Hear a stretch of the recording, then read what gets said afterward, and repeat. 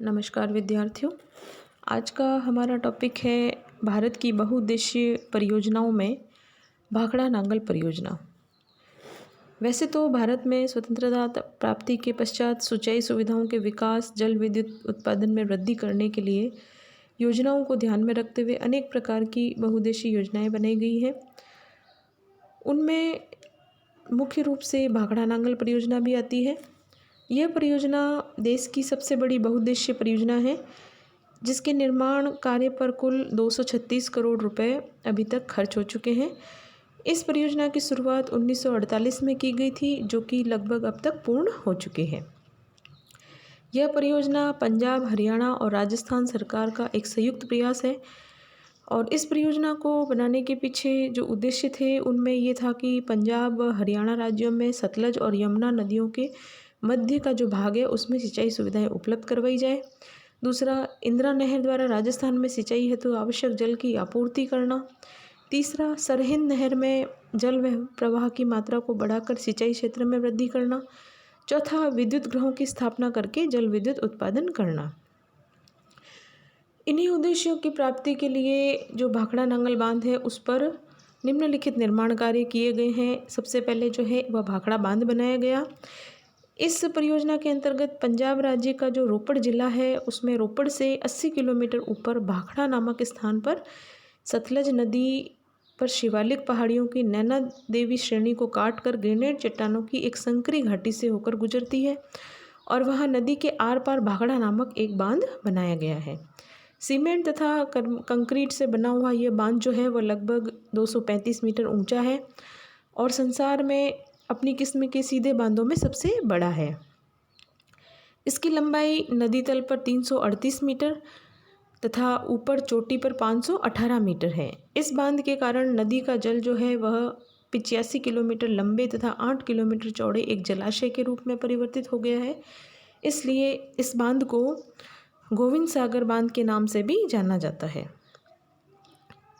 इस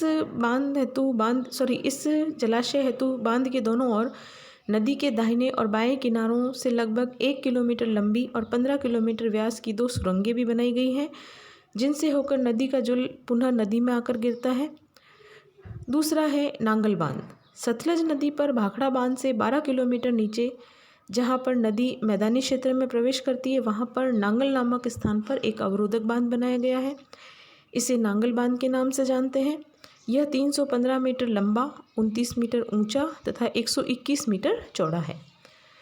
यह भाखड़ा का सहायक बांध है जो कि भाखड़ा के जल का संतुलन और नियंत्रण करता है।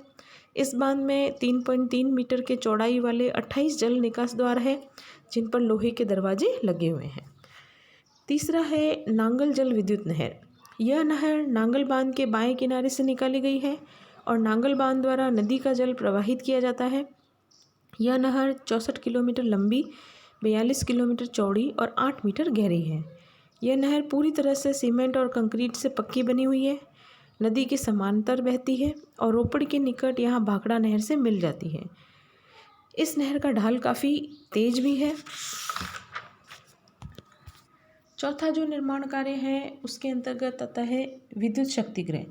नांगल विद्युत नहर पर 3 जल विद्युत शक्ति गृह बनाए गए हैं। इसमें सबसे पहला नांगल बांध से 19 किलोमीटर दक्षिण में गंगूवाल में, दूसरा 20 किलोमीटर की दूरी पर कोटला में।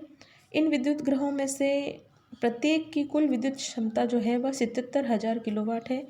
तीसरा शक्ति गृह जो है वह रोपड़ नामक स्थान पर बनाया गया है और इन तीनों ही जल विद्युत शक्ति गृहों के अतिरिक्त भाखड़ा बांध के दोनों किनारों पर भी जल विद्युत शक्ति गृह बनाए गए हैं। यहाँ उत्पन्न होने वाली जल विद्युत के 4000 किलोमीटर लंबे तारों के ग्रिड द्वारा पंजाब से होशियारपुर, जालंधर, कपूरथला, लुधियाना, पटियाला, संगरूर, अमृतसर, फिरोजपुर आदि जिलों और हरियाणा के अंबाला, यमुनानगर, हिसार, रोहतक, भिवानी, गुड़गांव आदि जिलों में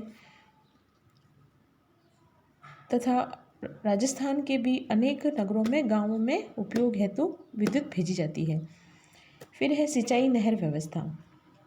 पंजाब, हरियाणा एवं राजस्थान के कुछ क्षेत्रों में सिंचाई हेतु नहरों का विकास करना इस परियोजना का एक महत्वपूर्ण उद्देश्य है। इस उद्देश्य की पूर्ति के लिए ही जलाशय से लगभग 1110 किलोमीटर लंबी प्रमुख नहरें और लगभग 35,000 किलोमीटर लंबी इसकी उपशाखाएं भी निकाली गई हैं। और ये जो नहरें निकाली गई हैं उनमें प्रमुख नहरें हैं भाखड़ा नहर। यह नहर 1954 में बनाई गई। इसकी लंबाई 173 किलोमीटर है और यह संसार की सबसे लंबी प्लस्तर युक्त नहर है। यह रोपड़ नामक स्थान से आरंभ होकर पूर्वी पंजाब के क्षेत्रों से गुजरती हुई हरियाणा के हिसार जिले की सीमा तक जाती है। दूसरी जो नहर है वह बिस्त दोआब नहर। यह नहर सतलज नदी के दाहिने किनारे पर रोपड़ नामक स्थान से निकाली गई है। इसके द्वारा पंजाब के जालंधर, होशियारपुर, अन्य कुछ जिलों में भी लगभग 4 हेक्टेयर भूमि की सिंचाई की जाती है। तीसरी है सरहिंद नहर। इस नहर में पानी का प्रवाह क्षमता को 9,000 क्यूसेक प्रति सेकंड से बढ़ाकर 12,000 क्यूसेक प्रति सेकंड किया गया है। इसी नहर से आगे चलकर सिंधवा शाखा निकाली गई है। चौथा है नरवाना शाखा नहर। यह भाखड़ा मुख्य नहर से 15 किलोमीटर नीचे निकाली गई है और यह नहर 104 किलोमीटर लंबी है। साथ ही यह प्लस्तर युक्त है। यह नहर कई स्थानों पर नदियों के ऊपर से होकर के गुजरती है और इस नहर का प्रमुख उद्देश्य सिरसा शाखा को जल प्रदान करना है। अब इस परियोजना के जो लाभ हैं वो ये है कि भाखड़ा नांगल परियोजना जो है वह पंजाब, हरियाणा और राजस्थान की सम्मिलित योजना है। इसलिए इस परियोजना से सिंचित कुल भूमि के अंतर्गत 38% पंजाब का और 46% हरियाणा का और 16% क्षेत्र राजस्थान का आता है। दूसरा है, इस परियोजना पर निर्मित जितने भी विद्युत गृह हैं उनसे लगभग 6 लाख किलोवाट विद्युत शक्ति प्राप्त होती है, जिसका उपयोग पंजाब, हरियाणा, हिमाचल प्रदेश, दिल्ली आदि राज्यों को प्रकाशित करने में किया जाता है। तीसरा है, सिंचाई सुविधा उपलब्ध होने के कारण पंजाब, हरियाणा और राजस्थान में गेहूं, चावल, गन्ना, कपास, दालें, तिलहन आदि का भी उत्पादन में वृद्धि हुई है। चौथा है, सस्ती दर पर जल विद्युत प्राप्त होने से नलकूपों की संख्या में भी वृद्धि हुई है। पांचवा लाभ ये है कि इस परियोजना के क्रियान्वित होने से संबंधित क्षेत्र में बाढ़ और सूखा की गंभीर समस्याओं से भी छुटकारा मिल गया है। तो ये तो था विद्यार्थियों आपके भाखड़ा नांगल बांध और भाखड़ा नांगल परियोजना के बारे में विस्तृत जानकारी। धन्यवाद विद्यार्थियों।